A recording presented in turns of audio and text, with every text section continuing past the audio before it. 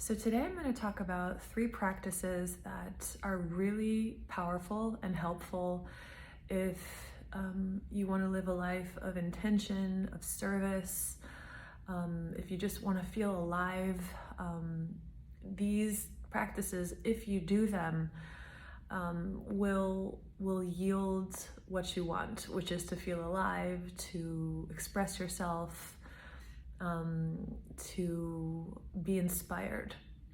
So the first practice that I'm going to share, a lot of people like to begin their day with meditation, which I strongly recommend, whether it's listening to silence or, meditating somatically with music.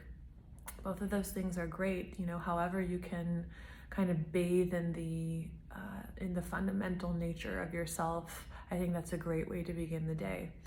But an equally important part of the morning and the rest of your day is intention. So I like to light a candle in the morning. So I light a candle and I contemplate the flame, and the flame is my soul. And so I look at the flame, I tune into the flame, right? There's this somatic resonance, for me at least, I feel it in my heart. And if you meditate with visuals, right, if you really feel yourself as a flame, right, a spark, the spark of God, a flame, a radiant ball of light, a light being, right? But you feel yourself as a light, and you remind yourself that you are a light, and you give reverence to the reality that you are a light, right? That's a really good place to anchor yourself in the day. And not only yourself, but think of every person in your life as a soul. Everybody in your household, your animals, everybody in the universe, right? Because that's the truth. And so just to anchor yourself in that, instead of blundering into your day, right, just running into your old expectations of everything, and therefore pulling out what you usually pull out of reality, which is what you expect based on your past experiences, right? This is a very powerful thing to just even hold the image of the flame throughout the day, just inside your heart, walk as the flame, be the flame. And see what that does to you, because intuitively we all have this resonance that we have this flame of God within us. We know, right, that we are more than our bodies. And so when we meditate on, when we meditate upon the flame, right, the qualities of the flame start to occur to us. So once you've kind of somatically meditated on the flame, and realize that everybody in your life is that too, then you can, right, ask your soul, use me, use me, use me. Use me as a channel of light, love, and healing energy. I ask you, my soul, that you guide my day, that you prompt me today, right? But sincerely, right, sincerely ask to be used as an instrument of love, and then actually do what you are prompted to do. And that might be, be a little nicer to your mom. That might be tend to something that you've been ignoring. That might be something mundane according to your ego. But just listen, be in a state of listening, and then do what you hear or what you feel, what you are prompted to do. And that is just the simplest recipe for happiness, because what we really want to do, what we really want to have, is be ourselves, which is this, right? And it's really beyond soul as well. But we want to anchor the energy of the soul in our human reality. Alice Bailey, was a channel that channeled Dwal Kul. And Dwal Kul said every illness is the result of there being an interference with the soul's energy, right? It's the obstruction of the soul. And so in order to express as the soul unobstructed, first you have to know that's what you are. So tune into it. Then you have to decide to live as it, right? Because you could think of it like, some people approach it like the blocks to the soul, which I talk about. That's one way to go about it, to become aware of it and to unhook yourself from it. But another way is just to tune into it, right? The soul itself, and just listen to it and live as it. It's incredibly powerful. So the second practice that I really recommend, and it's the easiest way to really start to live in a state of appreciation, is to tune into the elements, right? You can, if you don't live in an amazing natural place, it doesn't matter, because you have a mind and you can tune into the elements, the sunshine, fire, water, and to just contemplate like how you your blood is water, right? Your soul is fire. Your body is earth, right? Just the interconnectedness of all life, but to like really tune into each element, water, fire, earth, air, ether, right? Just to tune into them, to connect to them consciously, and then go out into your day recognizing, right? Consciously recognizing the elements. So, you know, no matter where you live, with the exception of a few places on earth during the winter, there is sunshine, right? So to commune with the sun, consciously, to thank the sun, to thank the trees in your neighborhood, in your backyard, the flowers that make everything so beautiful, to really consciously connect to the environment, because what keeps the root chakra vacant is a lack of a desire to be here, right? So and that results from feeling disconnected from the environment, from the tribe, right? You might not be in a situation right now where you have a tribe to connect to, but you have the tribe of elements. You always have that, right? And so you can connect to your neighborhood, the sunshine, water, when you bathe, like just be in communion with that element and contemplate the element and feel the interconnectedness of all of life and the role that the elements play in creating this play of form. When I tune into Jesus, and also when somebody gave me the gospel of peace, the Essene Gospels of Peace, what I consider to be many of his authentic teachings is all about calling upon the elements, prayers to the angel of sunshine, the angel of water, the angel of earth to purify me, right? And why would they be so healing? Because first of all, if you've ever tuned into the earth, tuned into it, right? Like put your attention on it and felt it, like it has enormous amounts of love for everything that walks upon it. It's like this incredible amount of love. And there are these beings, these angels and elemental beings that are part of a team of intelligence that want to help you. So to call upon them, to realize like, I don't need to have a perfect family, or I don't need to have a tribe yet, right? Because I have a tribe of energy. I am inextricably intertwined with this world of form and the elements that create it. So it's incredibly useful to build a conscious relationship with your environment, with whatever nature is around, even if that's only sunshine, even if it's just the water that comes through your shower head, or the water that you drink, the food that you eat, to just stop and just feel the energy, tune into it. Because when we realize the aliveness and the interconnectedness of everything, it automatically attunes us to unity. It attunes us to unity, which is where like real love and real happiness comes from, in that realization.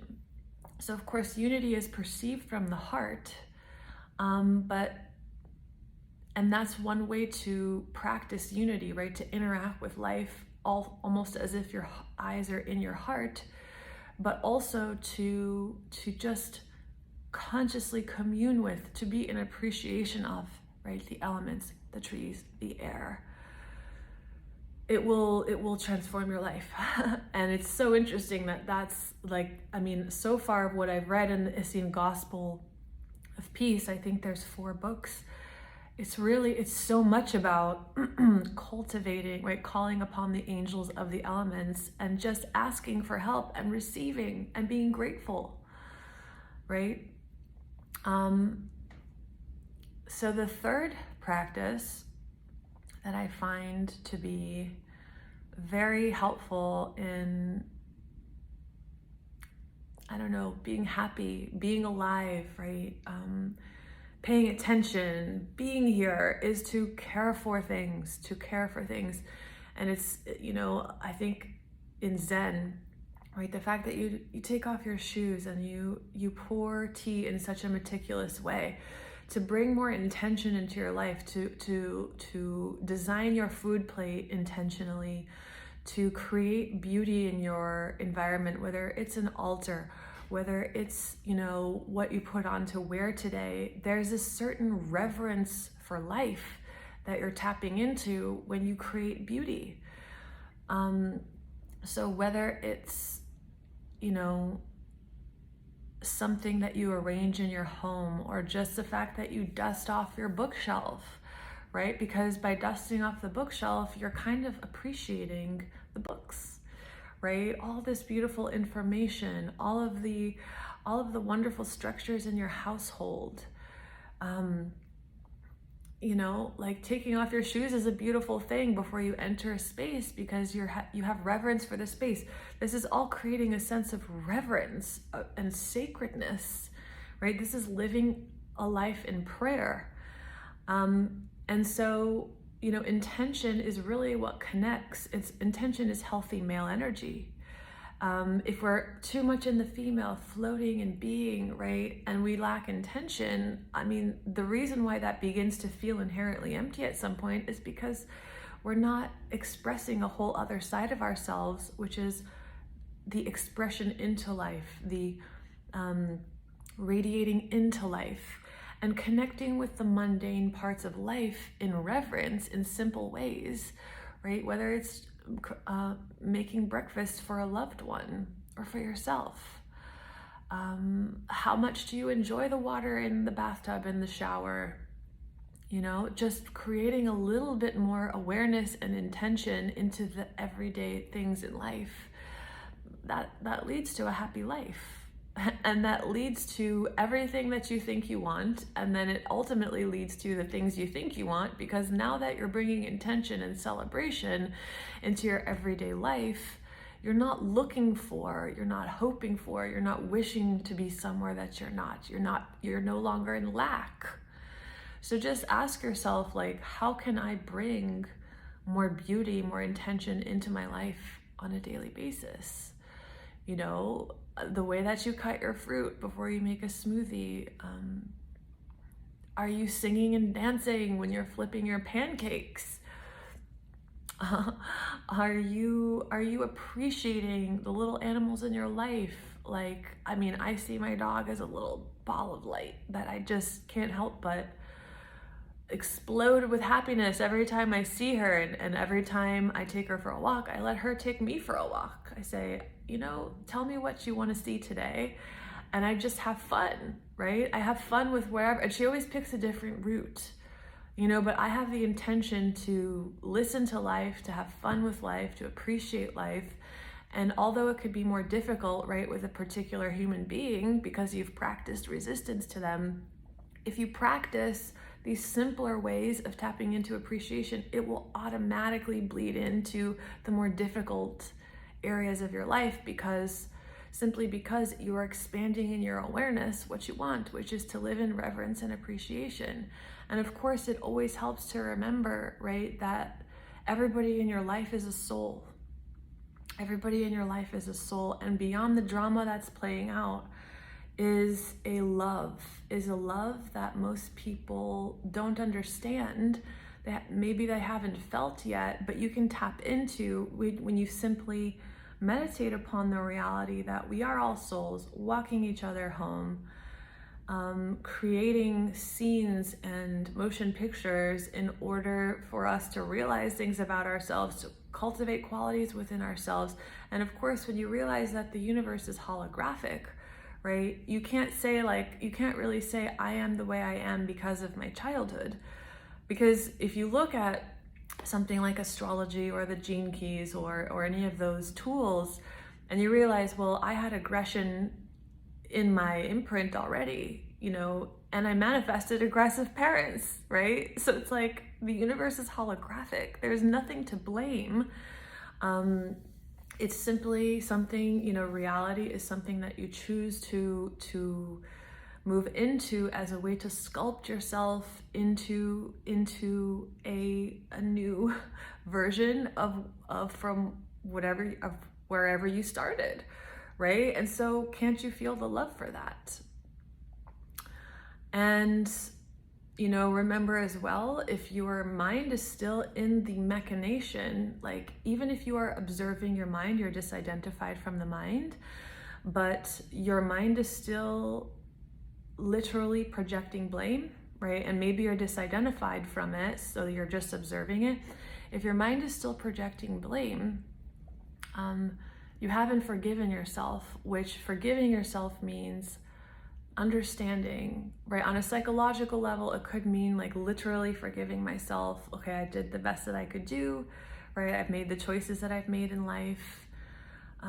But really, forgiveness is it's more like a realization that occurs when you realize like we're all souls co-creating our reality together. Nobody's to blame. Everything in my life I can redeem value from, and I can choose to move forward with the gems that I have decided to find from the life that I created, right? So this is a very powerful practice. It will start to bleed into so many aspects of the inner spiritual life, and I hope that you find it practical, and perhaps you'll try it. I really do believe that we've kind of ended like this reality of what, like the information. And I think collectively we're entering into a more intentional way of living, right? Meaning we actually apply everything that we've read about, everything that we learn about, all of the teachings that we learn, right? Now apply them, connect them to the reality, live in prayer, live in intention. Remind yourself every day that you are a soul, and be gentle with yourself and be gentle with those around you. But also don't ignore what life might be asking you to cultivate, which might be courage, which might be assertiveness sometimes, right? Listen to life, and don't impose images of what it means to be enlightened or spiritual over yourself, right? Tap into your soul, intend to live from this place, and then listen and allow yourself to express those promptings. So I hope this is helpful, and I hope you have a beautiful day.